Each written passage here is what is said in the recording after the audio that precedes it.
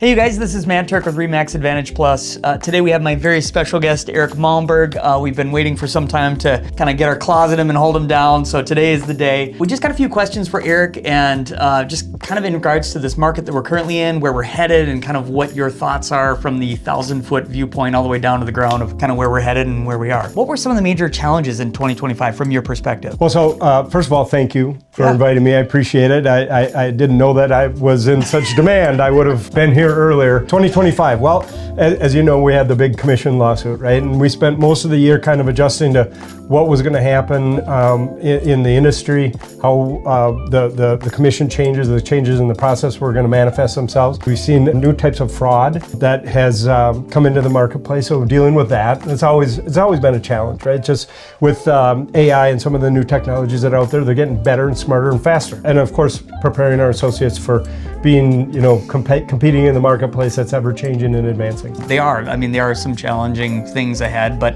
it seems like we always find a way to adapt, and there's not really ever a choice. So we just figure out a way to adapt. Adapt or die. So, exactly. Going into 2026, what is going to be on the forefront of things we need to be focused on, things we need to be looking out for, in addition to fraud and in addition to, these NAR settlements and all that? Everybody's trying to figure out which artificial intelligence types of technology that are going to work in our industry and how to implement them, right? And so I'm just a big proponent of being a lifelong learner. We really appreciate you being on the forefront of that, because we as agents, all we can handle is today and next week. We can't really see into 2026. We can come up with a game plan and sales plan, but really we rely on you and your leadership to kind of see through all of that stuff. So practically speaking, what sorts of AI videos or what sort of AI platforms have been working? Artificial intelligence is like the Wild West right now. Every day there's a new artificial intelligence and predictive analytics types of package that's coming out, and everybody's bigger, faster, stronger than their competitor. And so we've kind of taken a step back. We've been very kind of critical and very purposeful in regards to our approach to artificial intelligence, because I do think, it's one of those things that you can dump a lot of time and effort into. And so with our partner at Bold Trail, KV Core, we're working on a lot of different technologies, lead generation technologies, client management and client development types of technologies are kind of where we're putting most of our time and effort. Gonna kind of shift gears here and just kind of work into it a little bit to get to know you just a little bit more. Just a couple of quick rapid fire questions. So how long have you been a broker? How long have you been doing this job?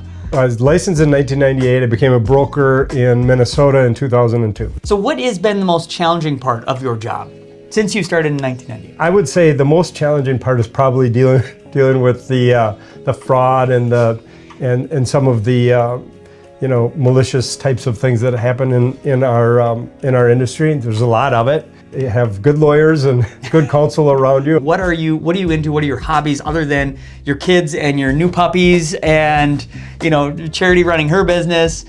Tell me a little bit about what you're into. What is Eric Malmberg into? In a former life, I was an outdoorsman. I loved to hunt and fish and spend time outdoors. I was always active in different types of sports and doing different things.